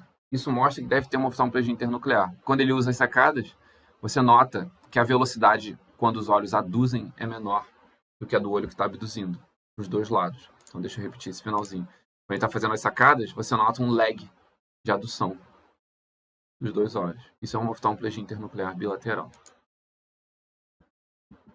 Quando isso está presente, isso sugere bastante o diagnóstico de esclerose múltipla, tá? Mas é um diagnóstico topográfico e não etiológico. Então, apesar dessa doença gostar de pegar essas vias, não é a única causa disso. Seguindo, vamos para os distúrbios nucleares e infranucleares, tá? Então, aqui é o outro grande grupo da aula. Então, a gente primeiro aprendeu a diferenciar supra de infra, e a gente falou que esse é o primeiro passo. Caso seja supra, é isso tudo que a gente falou até agora. Agora, vamos falar de nuclear e infra, tá? Então, como é que a gente vai falar disso? Então, vão se referir aos distúrbios que envolvem o quê? os núcleos dos nervos motores oculares no tronco, então o núcleo do óculo motor, o núcleo do troclear e o núcleo do abducente. Então é disso aqui que eu estou falando. Os nervos cranianos motores oculares, então o nervo craniano óculo-motor, o nervo craniano troclear e o nervo craniano abducente, desde os seus fascículos no tronco até a sinapse. A junção neuromuscular, a sinapse entre os nervos e o músculo, tá? Então é disso tudo aqui que a gente está falando agora. Como é que a gente reconhece? Como a gente já te falou, afeta todas as classes de movimento ocular de forma proporcional, incluindo o VOR. Então, eles são a via final comum dos movimentos oculares. Se alguma coisa está lesada ali, vai lesar para todas as classes de movimento. Na grande maioria das vezes, eles levam a distúrbios desconjugados. Tá? Então, geralmente, os pacientes se queixam de quê? De diplopia, visão dupla. Então, eu quero começar essa abordagem aqui com uma abordagem de diplopia, que é a grande maioria das queixas que a gente vai ver nesses pacientes. Tá? Então, quando a gente está falando de diplopia, o que significa? Significa visão dupla. Você está vendo uma imagem que era para ser uma só, você está vendo de forma dupla. Tá? Isso acontece por algumas causas. Então, a gente tem que ter uma abordagem em etapas para a diplopia. Tá? A primeira etapa é diferenciar se essa diplopia é monocular ou binocular. O que é isso? Quando eu estou falando de diplopia binocular, é que ela só acontece quando os dois olhos estão abertos. Tá? Então, é uma diplopia que é exclusivamente dos dois olhos abertos. Então, se ele fecha qualquer um dos olhos, ele melhora dessa diplopia. Se eu estou falando de diplopia monocular, é que ela ocorre exclusivamente em um olho. Tá? Então, é um paciente, uma paciente que fala, tenho visão dupla. Se eu fecho ou abro esse olho aqui, não faz diferença. Agora, se eu fecho esse aqui, eu não tenho mais diplopia. Significa que é diplopia exclusiva de um olho. Quando a gente tem essas diplopias monoculares, isso geralmente vem de uma causa ocular, então uma causa local ali. Vai ser uma lesão de córnea, vai ser um descolamento de retina, vai ser algum problema de refração, vai ser alguma coisa assim. Agora, se a diplopia é binocular, geralmente a causa para isso é um desalinhamento entre os olhos. E aí entram as causas mais da neurologia. Tá? Então, como é que isso funciona? Então, aqui é como a gente tem a nossa visão binocular normal. Então, a gente tem esse queijinho aqui, e esse queijinho está refletindo a luz, e a luz está sendo captada pelos olhos. E, geralmente, os raios que chegam no mesmo local nas duas retinas são interpretados pelo cérebro lá atrás como uma imagem só.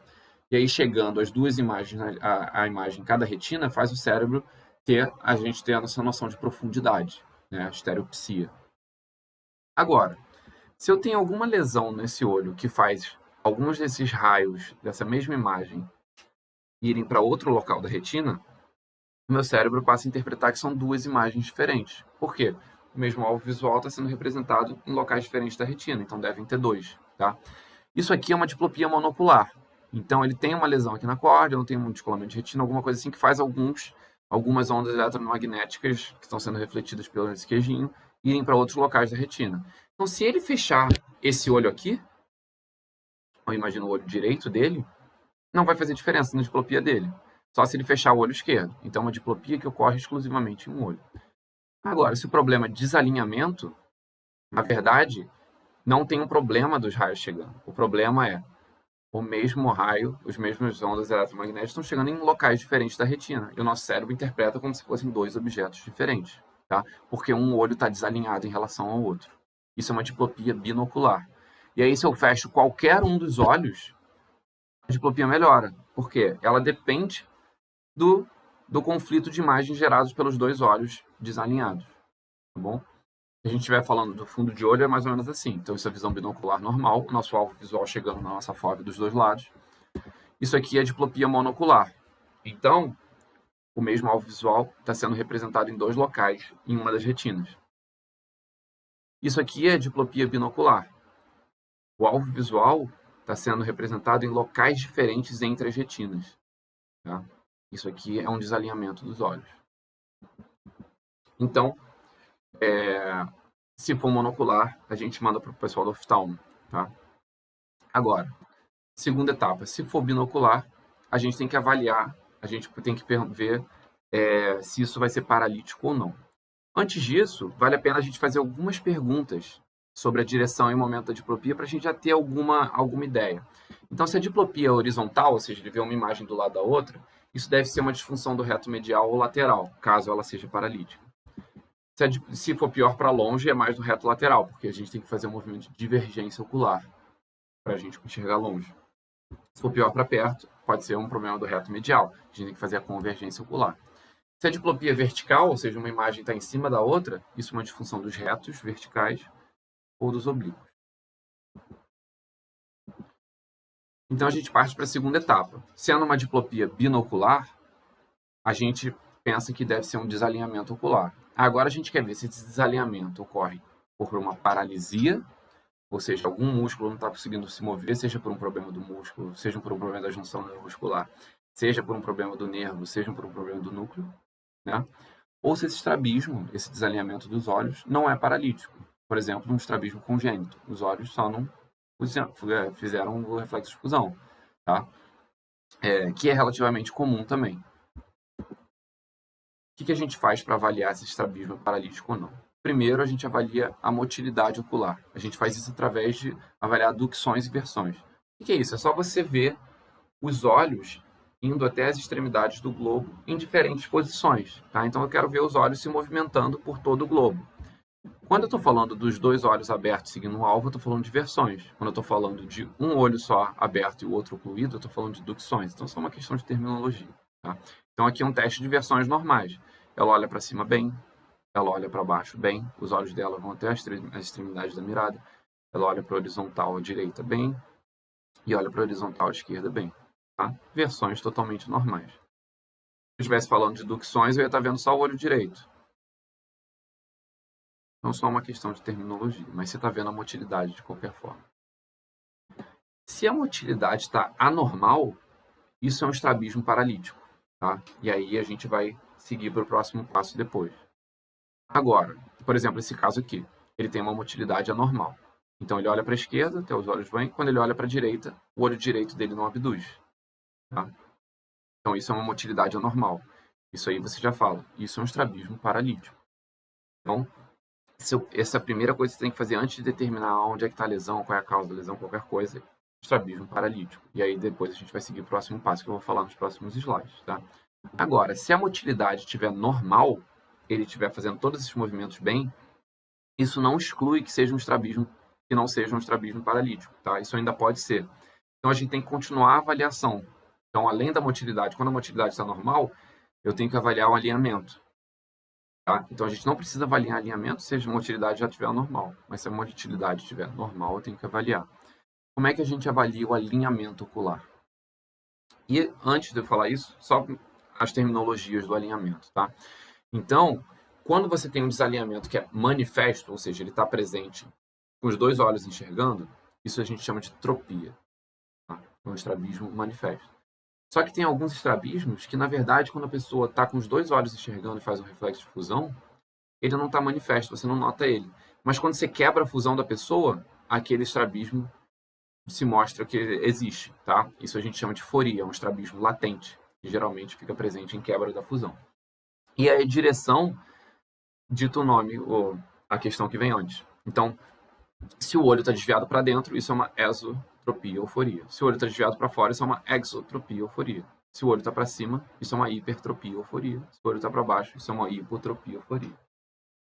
E a gente determina se isso é comitante ou não comitante. O que isso significa? Então, eu tenho um desalinhamento. Se em todas as direções da mirada esse desalinhamento é igual, isso é um desalinhamento, um estrabismo comitante. Agora, se em uma direção da mirada esse desalinhamento quase não é visível e na outra ele é super, então olhando para a esquerda não tem nada, olhando para a direita tem um desalinhamento absurdo, isso é um estrabismo incomitante. Tá? Essa é a terminologia. Então, quando eu estou falando aqui, olho direito, esotropia aqui em cima, tá? Então desvio para dentro. Aqui no meio, exotropia, um desvio para fora. E aqui embaixo ele tem uma hipertropia do olho esquerdo. Quando é um desalinhamento vertical, a gente sempre usa o olho que está para cima como referência. Então a gente chama de hiper do olho esquerdo. E aqui um exemplo de incomitância. Para a direita, você nem nota, quando ele olha para a direita, você nem nota muito desalinhamento. Quando ele olha para a esquerda, você nota um desalinhamento máximo. Então não é um desalinhamento que se mantém por todas as direções da mirada. Como é que eu vou avaliar o alinhamento? Então, eu posso avaliar ele através do Hirschberg e através das provas de oclusão. Como é que é o Hirschberg? O Hirschberg você coloca uma luzinha na frente do paciente, a luz do oftalmoscópio, geralmente, que eu uso, e você pede para o paciente olhar. Se o paciente está olhando no alvo, a luz tem que estar no mesmo local nas duas pupilas. Então, é o exemplo que a gente tem normal. A luz fica no centro das duas pupilas. A reflexão da luz do oftalmoscópio na córnea, isso. E ela reflete, e você consegue ter uma noção boa de se ela está simétrica através disso. Agora, se o paciente tem um desalinhamento manifesto, ou seja, se ele tem uma atropia, a luz não vai se refletir no mesmo local, nos dois olhos. Então, o exemplo desse pacientezinho aqui, o olho direito dele está desviado para dentro, ele tem uma esotropia. Então, o reflexo corneano da luz do oftalmoscópio está beirando a pupila aqui do lado de fora, enquanto do outro lado está super dentro da pupila. E o mesmo aconteceria se fosse uma exotropia, só que aí a pupila beiraria a parte mais medial da íris ali. E aqui na figura do lado tem um exemplo de quando acontece com hiper ou hipo. A pupila, o reflexo corneano da luz vai beirar a parte mais embaixo ou mais em cima da pupila. Tá? Então o Hirschberg é bom para a gente ver tropias. E a gente pode usar também as provas de oclusão. Tá? Então a gente tem essa prova da oclusão e desoclusão, que é o quê? Então se eu tenho uma atropia, eu geralmente tenho um olho que é o preferencial, que é o que vai dominar a visão da pessoa. Geralmente, a gente tem uma hierarquia para determinar isso. Primeiro lugar é o olho que enxerga melhor. Segundo lugar é o olho que se move melhor. Então, vamos assumir aqui, que acontece na maioria das vezes, que os dois olhos têm uma qualidade de visão semelhante. Então, se eu tenho a paralisia de um olho, o olho que está se movimentando melhor vai ficar o dominante nessa pessoa. E aí ele vai estar olhando para o alvo, com o olho dominante dele, e o olho que está paralítico vai ficar desviado.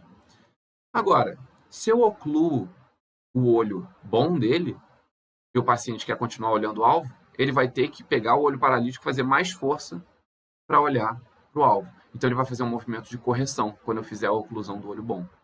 Então ele está aqui, estrábico, eu fecho o olho bom, ele faz um movimento de correção. O que não acontece numa pessoa normal. Você pede para uma pessoa normal olhar um alvo visual, você oclui um olho, o outro continua no mesmo lugar, porque ele já estava no alvo. Você oclui o outro, continua no mesmo lugar, porque já estava no alvo.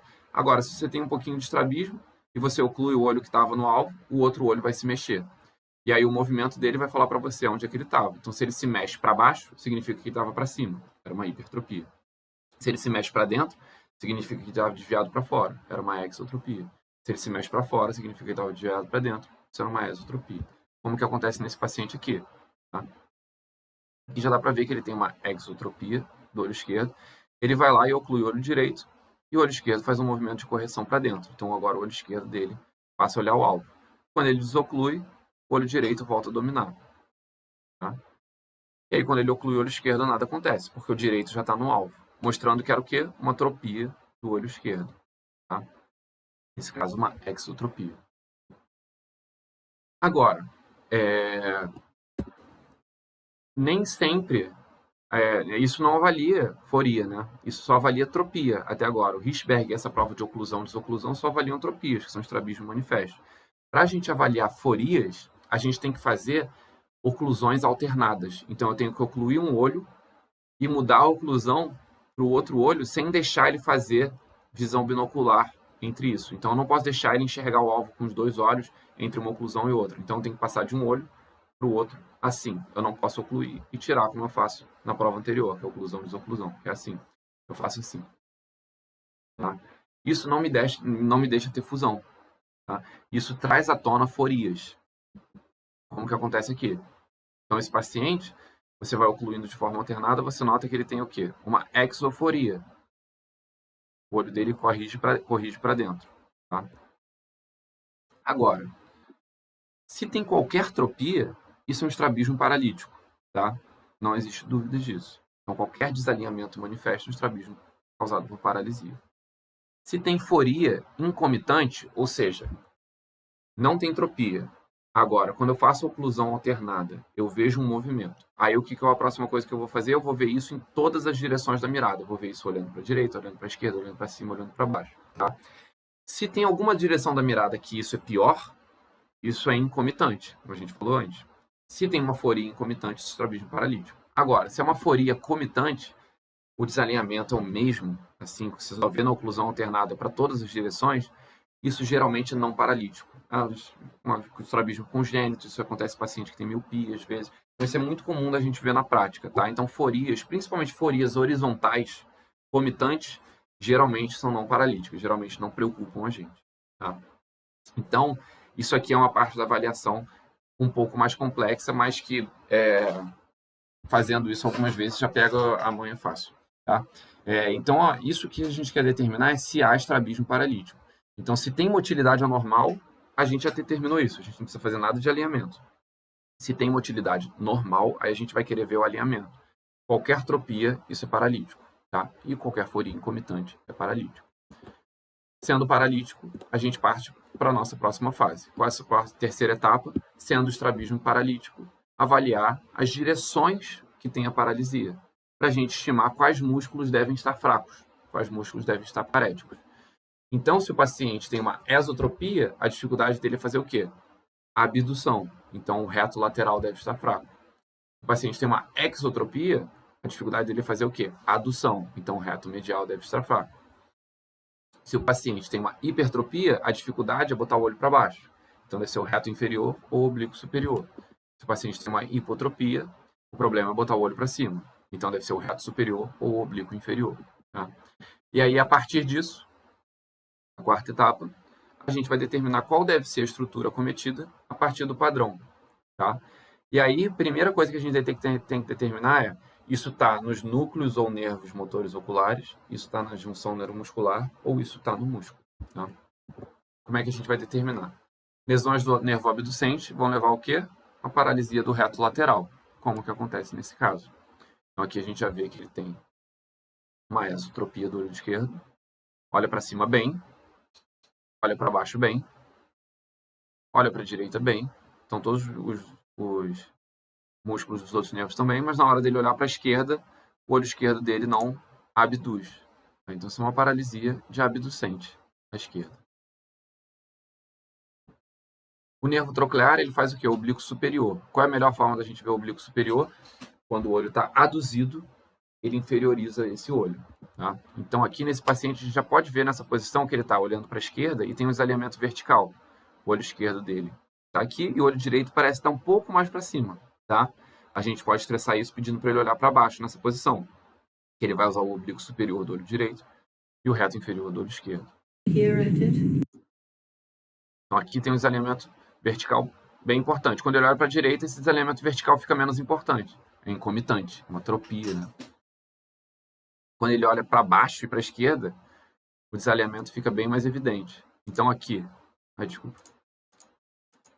Então aqui, nessa posição, os dois olhos estão olhando bem para baixo.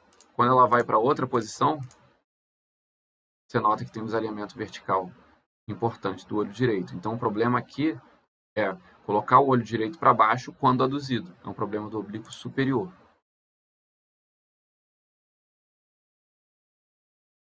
Isso é uma paralisia de nervo troclear. O nervo oculomotor inerva todos os outros músculos. Além desses músculos que a gente falou, ele vai inervar o quê? O levantador da pálpebra superior, então pode dar pitose palpebral, e o esfíncter da pupila, então pode dar midríase. Como que acontece nessa paciente aqui. Tá? Então, a gente está segurando a pálpebra dela aqui, tá? E ela não move os olhos para cima, para baixo, para medial. Para lateral ela move, mostrando que o abducente está funcionando. Agora, a grande coisa que vem aqui é a gente determinar, será que o troclear está funcionando ou não? E aí, como a gente não consegue aduzir o olho, porque o reto medial não está funcionando, a gente não consegue ver se o olho fica indo bem para cima e para baixo aqui. E o que os oblíquos fazem quando o olho está abduzido? Eles torcem o olho. Então, o que a gente tem que ver aqui? É se quando a gente pedir para o paciente olhar para dentro ou para baixo, se vai ter torção ocular, mostrando que o troclear está funcionando. E no vídeo eu acho que não saiu muito bem, mas a melhor coisa que a gente pega é ver um vasinho aqui da esclera. Aqui dá para ver que o olho torce. Tá dando para reparar, o vasinho da esclera some e depois ele volta. Tá mostrando que o troclear está funcionando nesse caso. Então é uma paralisia exclusiva do óculo motor. Isso é muito importante da gente determinar. Paralisias do óculo motor, se elas são exclusivas do óculo motor ou se tem algum outro associado. tá? Porque depois para o diagnóstico topográfico isso vai ser muito interessante. Vou mostrar mais à frente. Problemas da junção neuromuscular, tá? Geralmente se comportam como miastenia graves, né? Então é um padrão flutuante que pode até mimetizar a paralisia dos músculos, tá? Mas a grande coisa é que vai ser flutuante. Então uma hora você vai examinar vai estar de um jeito, outra hora você vai examinar vai estar de outro. Se você ficar mexendo muito os olhos, pedindo o paciente olhar muito tempo para cima, isso vai, o padrão de fraqueza dele vai piorar, coisas que não acontecem com lesões em outras topografias, tá? Se o paciente tiver uma ptose, você pode fazer o ice-pack test, botar um gelinho por 1 minuto e ver se a ptose melhora, tá? Que a junção neuromuscular funciona, melhora a temperaturas mais baixas. E geralmente, se tem um padrão que pode mimetizar o óculo motor, ela poupa a pupila, tá? Então, o que acontece nesse paciente aqui? Então, ele tem um estrabismo, tem uma ptose à direita, botamos o gelo e a ptose dele melhorou, tá? Continuou com algum estrabismo, mas mostrou que tem flutuação. E além disso, você fazendo testes de estresse, principalmente pedindo o paciente ficar olhando um tempão para cima, e aí vai vendo que a pálpebra vai caindo e o olho vai desalinhando também. Isso marca a flutuação, que é um grande achado sugestivo de doenças da junção neuromuscular. E quando a gente pensa em músculos, geralmente as miopatias oculares, né, elas podem ser ou muito seletivas, como no caso da miopatia ocular da tireoide, que gosta de pegar reto inferior e depois ir fazendo aquele movimento que o acrônimo high and slow, inferior, depois medial, depois o superior, depois o lateral, depois os oblíquos, né? E com restrição, quando você faz o teste da ducções forçadas, você bota uma anestesia no olho e pega uma pinçazinha e move, você vê que o músculo está realmente restringindo o movimento do olho. Mas quando a gente está falando de miopatias oculares, no caso de doenças musculares que afetam o olho, por exemplo, miopatias mitocondriais e tal, que fazem um padrão de oftalmoplegia externa crônica progressiva, geralmente a gente vê o quê? Uma fraqueza da musculatura extrínseca ocular, geralmente bilateral e mais ou menos simétrica, tá? Com ptose e com fraqueza do orbicular do olho. Então ele tem fraqueza tanto de levantar a pálpebra quanto de fechar os olhos, tá? Que é uma coisa fechar os olhos é do nervo facial, que é um nervo distante. Então, uma das grandes coisas que sugerem isso para a gente é essa combinação de achados, mais bilateral, não flutuante, e que pega dá tanto pitose, fraqueza do levantador da pálpebra, quanto do orbicular do olho. O que acontece com essa paciente aqui? Seguir com os olhos, por favor. Então, ela tem uma restrição importante da motilidade nos dois olhos, ela tem uma pitose bilateral,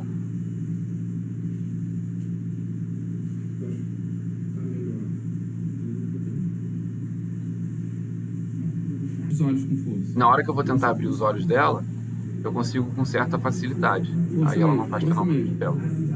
Coisa que a gente não espera nas lesões infra, né? Tá? Então isso aqui é uma miopatia ocular. E agora que você determinou onde nessas estruturas, se for um nervo craniano, é interessante a gente determinar aonde no trajeto de cada nervo craniano há o acometimento. Aí tem formas da gente fazer isso. Então vamos falar começando aqui do óculo motor. Então o óculo motor ele nasce aqui no mesencéfalo, né? Aqui fica o complexo nuclear do óculo motor. Ele sai anteriormente, fascículo dele, que é essa parte que se projeta com as fibras dentro do tronco encefálico, pelo anterior, e entra no espaço subaracnoide, né? Que ele já vira o nervo óculo motor. Depois ele passa pelo seio cavernoso aqui, que ele passa perto da carótida. Depois ele entra na fissura orbitária superior e segue para a órbita, onde se ramifica para pegar, para inervar os músculos extrínsecos oculares. Tá? Ele pode ser lesado em qualquer lugar desse trajeto. Como é que a gente vai fazer essas diferenciações? Primeiro, quando eu estou falando de lesões do núcleo do óculo motor, tem uma característica interessante, que o núcleo dele ele é assim. Tá? Então ele tem um subnúcleo, por isso que a gente chama de complexo nuclear do óculo motor. Ele tem um subnúcleo para cada músculo. E aí tem algumas coisas interessantes aqui, que são o subnúcleo do reto superior cruza para o outro lado. Então, quando a gente está falando de nervo óculo motor, a fibra que vai para o reto superior daquele lado está vindo do subnúcleo contralateral. Tá? E ele tem um núcleo único para o levantador da pálpebra superior. Então, quando eu tenho uma lesão de um núcleo do óculo motor, geralmente o que eu vejo? Eu vejo uma paralisia completa do óculo motor daquele lado, porque está pegando a fibra do reto superior contralateral, que vai seguir com o nervo, está pegando o oblíquo inferior, o reto inferior e o reto medial. Eu vejo uma pitose que é bilateral, porque é um núcleo único para o levantador da pálpebra superior, e além disso eu vejo uma paralisia do reto superior contralateral. Então é assim que a gente identifica uma paralisia nuclear do óculo motor. Então vai ser exatamente isso aqui. Ele tem uma pitose bilateral, vai ter uma dificuldade de levar os dois olhos, tá? E aqui no olho esquerdo ele tem uma paralisia completa do óculo motor, tá? Que ele não consegue fazer o movimento do reto medial, nem do reto inferior, e ele faz do reto lateral. O abducente dele está funcionando. Então ele tem uma paralisia completa do óculo motor à esquerda, e no olho direito ele faz todos os movimentos, exceto qual? Reto superior, ele não eleva o olho, e levantador da pálpebra superior, tá? Então esse é o padrão sindrômico na paralisia nuclear do óculo motor. Então é bem específico e é bem interessante para topografar. Essa lesão só pode estar lá no tronco cefálico, pegando o núcleo do óculo motor. Agora, o óculo motor pode ser acometido no fascículo dele, ali dentro do tronco. E aí a gente tem aquele padrão clássico de óculo motor que a gente viu no slide anterior, tá? Qual é a grande dica para a gente falar que isso aqui está dentro do tronco e não no espaço subaracnoide? Quais estruturas estão lesadas junto. Então a gente vê aqui que o fascículo do óculo motor ele caminha adjacente a várias estruturas que geralmente vêm lesadas acompanhando ele. Então pode ser o pedúnculo cerebral, que é onde estão passando as vias do primeiro neurônio motor das extremidades. E aí você tem uma hemiparesia ou hemiplegia contralateral, porque as fibras ainda não cruzaram aqui, elas só cruzam no bulbo inferior. Você tem a substância negra, então você pode ter parkinsonismo. Você tem o núcleo rubro, você pode ter ataxia, você pode ter tremor do tipo rubral. Tá? Isso dá um nome a várias das síndromes que a gente tem aquelas síndromes eponímicas de tronco encefálico, tá? Então a síndrome de Weber, que seria o óculo motor de um lado com a hemiparesia contralateral, a gente tem o Bennett, que é o óculo motor de um lado, com tremor ou movimentos involuntários coreiformes pegando o núcleo rubro contralateral. Você pode ter o óculo motor com ataxia contralateral, enfim, combinação de lesões dessas estruturas adjacentes, tá? Isso aqui, esses nomes das síndromes não vale a pena decorar, tá? Em cada livro ele fala uma coisa um pouquinho diferente. Eu tinha até um slide que mostrava o Brazes, o Adams e o Bradley, assim, um do lado do outro, e o De Jong, mostrando que tinham elementos diferentes nas síndromes de cada um desses livros, tá? O importante é você saber falar onde está a lesão. Então a lesão deve estar no fascículo, dentro do tronco, porque tem essas outras estruturas acometidas, tá? Ele pode ser lesado no espaço subaracnoide, tá? E aí ele pode ser lesado por algumas causas interessantes, tá?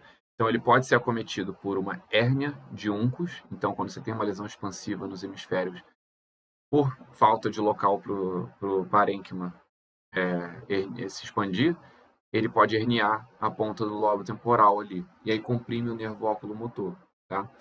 Você também pode ter por aneurisma de artéria comunicante posterior. Então a gente tem aqui mostrando, não sei se é no meu mouse, artéria comunicante posterior. Se você tem um aneurisma dela, ela pode comprimir o nervo óculo-motor também. Além disso, no espaço subaracnoide, o nervo está suscetível a ter infartos, né?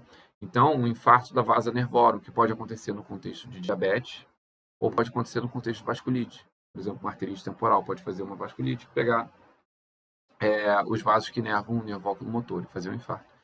E tem uma característica do nervo que ajuda a gente a diferenciar se as causas são compressivas ou se as causas são microvasculares, tá? Que é assim, se você pega o nervo óculo-motor e você corta ele, axialmente você vai ver que na parte mais externa dele estão as fibras que vão para a pupila. E na parte mais interna estão as fibras que vão fazer a motilidade ocular. Então, se tem uma lesão que vai de fora dele, comprimindo, geralmente você tem o quê? Uma midríase, antes de você ter paralisia dos músculos extraoculares. Então, você tem uma paralisia da pupila antes da paralisia dos músculos. Já se a lesão é uma isquemia da vasa nervorum, é mais comum você ter uma paralisia da musculatura poupando a pupila, porque tem uma vascularização dupla para a superfície externa do nervo. Tá? Óbvio que nem nunca, nem sempre, mas isso são coisas que podem ajudar. Depois ele segue para o seio cavernoso. Ele entra no seio cavernoso. No seio cavernoso tem algumas estruturas interessantes. Então, no seio cavernoso, ele está bem próximo do nervo troclear.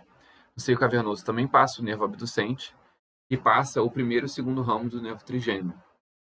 Além de passar a artéria carótida interna, e com ela vem o quê? As fibras simpáticas para o olho. Então, lesões do nervo do seio cavernoso podem dar combinações de paralisia do terceiro, do quarto, do sexto e dos 2 primeiros ramos do quinto nervo craniano, além de uma síndrome de Horner. Então, quando a gente vê essas coisas combinadas, geralmente a gente pensa em lesões do seio cavernoso. Podem ser várias coisas, pode ser trombose do seio cavernoso, pode ser uma inflamação do seio cavernoso, como acontece na síndrome de Tolosa-Hunt. Enfim. Então, isso localiza para o seio cavernoso. Depois ele segue, ele entra pela fissura orbitária superior, tá? Onde já V2 não participa mais, então quando a gente está falando de síndrome da fissura orbitária superior, a gente está falando de pode ter variações de acometimento do óculo motor, troclear, abducente e o primeiro ramo do trigêmeo, mas sem o V2, então quando tem o V2 isso é mais específico para seio cavernoso, e entra na órbita, tá? Na órbita, qual é a grande coisa que vai fazer a gente localizar na órbita, tá? Então, geralmente, lesões orbitárias cursam com proptose, tá? Esse é um grande marco de síndromes orbitárias. E você pode ver na retina, no fundo de olho, as dobras retinianas, os retinal foldings. Isso ajuda a gente a localizar na órbita. Fora isso, você pode ter combinações de paralisias do óculo motor parciais, porque ele se ramifica bastante ali, troclear e abducente. E quando a gente está falando de acometimento de trigêmeo, geralmente é só de V1. E às vezes na órbita pode ser até só de um ramo de V1. Então, só o do cílio superior ou só o frontal, tá? Então a gente pode ver esses acometimentos ramificados. Outra coisa que ajuda a gente a determinar se a causa é compressiva ou não é se há reinervação anômala. Então o que acontece? Como o óculo motor inerva vários músculos, quando ele tem uma lesão compressiva, na hora dessas fibras se regenerarem, elas podem tomar caminhos esquisitos, né? E aí você fazer o quê? Sincinesias. Então, na hora que você está movendo um músculo, você mover outro músculo que não era para estar se movendo naquele momento. Por quê? As fibras, na hora de se reinervar, foram para o músculo errado. Geralmente, quando a gente vê isso, significa que tem alguma coisa que está apertando o nervo oculomotor. Então, é uma causa compressiva. Então, aqui, quando ela olha para cima, ela faz o movimento do reto medial à esquerda. Então, ao invés de ativar o reto superior, ela ativa o reto medial, mostrando que tem uma sincinesia, uma inervação anômala daquele olho. Quando ela olha para baixo, a pupila dela também não desce. Tá? Então, ela tem um prejuízo ali na questão de como essas fibras se regeneraram. Tá? Então, isso aqui geralmente significa uma lesão do óculo motor compressivo. Seguindo, nervo troclear. Tá? O nervo troclear, ele também sai do mesencéfalo, só que ele faz uma coisa um pouquinho diferente do óculo motor.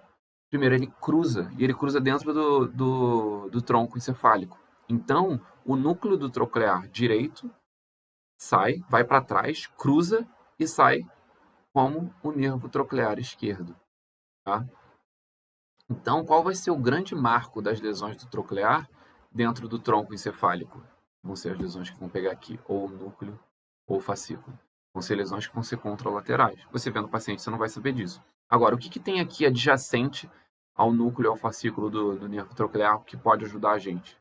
Ele vai para trás, então ele pega as estruturas mais dorsolaterais. Você nunca vai ver uma lesão de troclear fazendo uma síndrome alterna com hemiparesia, tá? Mas você pode ver fazendo com síndrome de Horner, tá? São as vias simpáticas, elas passam logo aqui do lado das vias do fascículo do núcleo do troclear. E aí, as vias simpáticas, elas não cruzam. Então, você vê o quê? Você vê um Horner de um lado, que é o lado da lesão, e você vê uma paralisia troclear contralateral. Tá? Então, é mais ou menos isso aqui. Então, aqui, ela já dá para ver que tem um Horner à direita. Tem uma miose e tem uma pseudoptose palpebral aqui. E já dá para ver que tem um desalinhamento ocular vertical. O olho esquerdo está um pouco mais para cima que o direito, já tem uma hipertropia, que é o que acontece com lesões de troclear. E aí, quando ela olha com o olho aduzido e para baixo, você vê que ele fica num desalinhamento vertical muito mais exuberante, né? Mostrando que tem uma paralisia de troclear à esquerda, o oblíquo superior esquerdo dela não está funcionando bem, e ela tem um Horner à direita. Então, isso aqui é uma paralisia central do troclear, dentro do tronco encefálico. Tá? A diferença de quando ela olha para baixo, para a esquerda, com os dois olhos alinhados, bons, para baixo, para a direita. É o oblíquo superior esquerdo que está com problema. No espaço subaracnoide, o troclear também pode ser lesado. Por ele ser um nervo bem fininho, ele está muito suscetível a trauma. Então, não é incomum pacientes com TCE desenvolverem paralisia do troclear. Tá? No seio cavernoso e na órbita, ele obedece mais ou menos as mesmas coisas que a gente falou com o óculo motor. Tá? Então, isso aqui vai seguir os mesmos. E quais podem ser as complicações depois de uma paralisia do troclear? Aqui está compressivo, mas na verdade pode ser outros tipos de paralisia do troclear também. Ele pode desenvolver mioquimia do músculo oblíquo superior.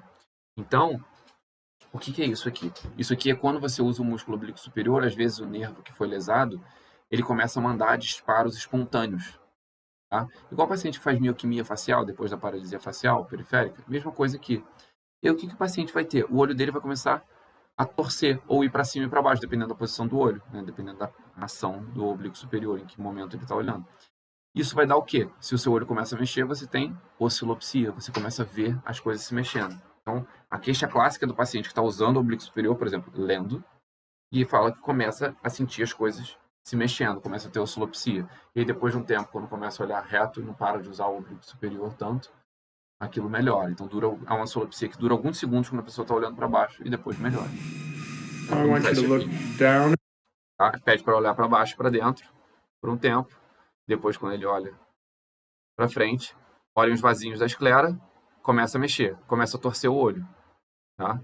Isso parece sutil, mas isso já é o suficiente para tirar o alvo visual da fóvea e gerar desconforto, gerar oscilopsia.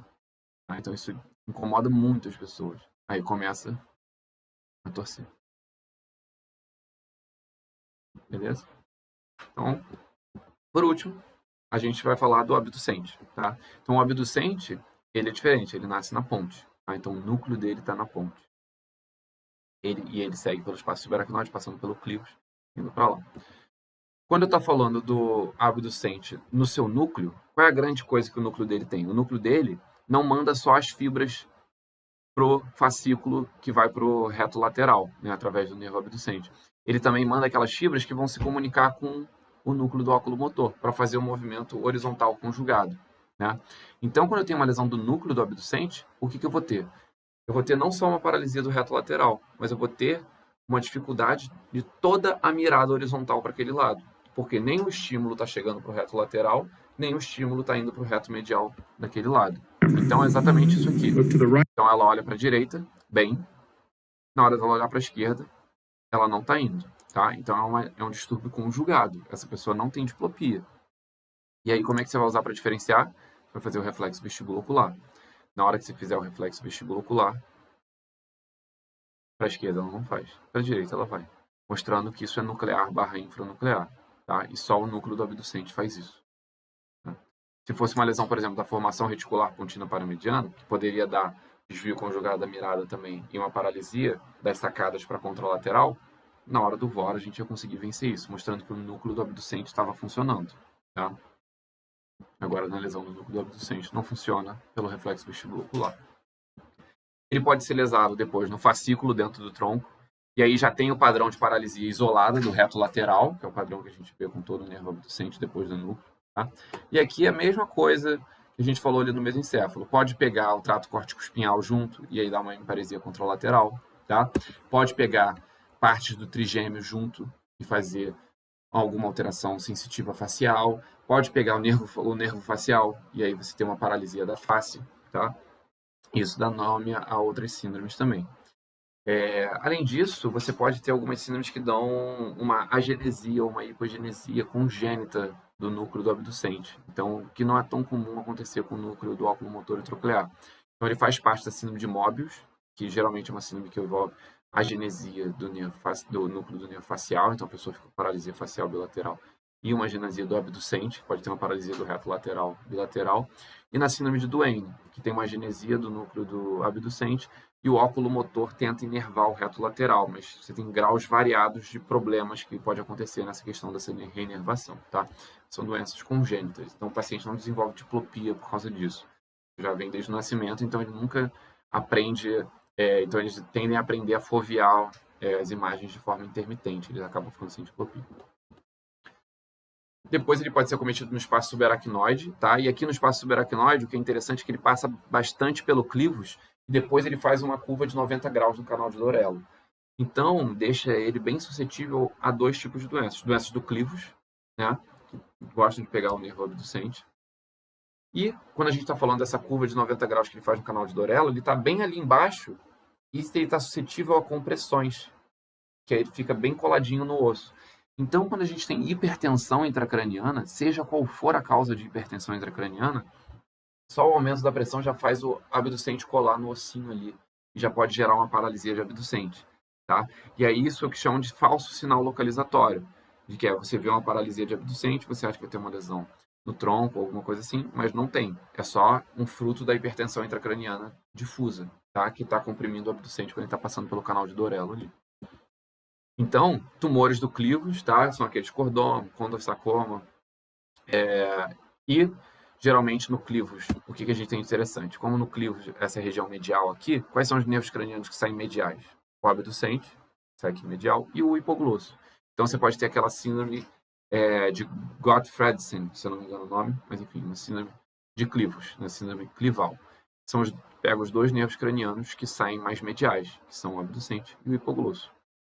Tá? Então pensar, geralmente são tumores de clivos que faz isso, como o condrosarcoma. Hipertensão intracraniana e trauma com fratura de osso temporal. Tem também algumas síndromes que fazem processos inflamatórios do ápice petroso. Geralmente são síndromes ali da orelha média que vão se estendendo para dentro do crânio e fazem uma inflamação do ápice petroso e pode dar uma disfunção do sexto, né, do abducente, junto com uma disfunção do primeiro ramo do trigêmeo, que a gente chama de síndrome de Gradenigo. Depois ele passa pelo seio cavernoso e órbita, igualzinho aos outros que eu mencionei. Tá? Então os achados vão ser mais ou menos os mesmos. Só para terminar, quando você vê um estrabismo e o paciente não se queixa de diplopia, quais são as possibilidades? Então, pode ser um estrabismo congênito ou um estrabismo de longa duração que está compensado. Tá? Então, se o paciente nasce com estrabismo, ele tende a não se queixar de diplopia, porque ele aprende a fovear as imagens de uma forma diferente, tá? Da pessoa que nasce com um elemento ocular, ok? Pode ser uma perda visual severa em um dos olhos. Então, se o paciente é cego de um dos olhos, obviamente ele não vai ter diplopia, que é como se estivesse fazendo oclusão. Ele não tem visão binocular, então ele não vai ter diplopia com desalinhamento, porque o desalinhamento é diplopia binocular, né? Inclusive, perda visual severa é causa de estrabismo, né? Então, o olho que tem uma perda visual muito grande, ele tende a desviar. Então, ele pode fazer uma exotropia só pela perda visual, que você perde os mecanismos de fusão. Ou um desvio muito intenso. Então, às vezes, o desvio é tão intenso, que fica fácil para o cérebro ignorar as imagens. Então, o pior para o cérebro é quando uma imagem está bem perto da outra, que aí ele vê como duas. Agora, se a imagem está muito distante uma da outra, é mais fácil para o cérebro ignorar e o paciente não se queixa tanto disso. Tá? Então, é isso essa aula. Aqui ficam as referências. Esse site aqui da Biblioteca de Neuroftalmologia vale muito a pena dar uma olhada. Tem vídeo de tudo isso que a gente mostrou. E muito mais, né?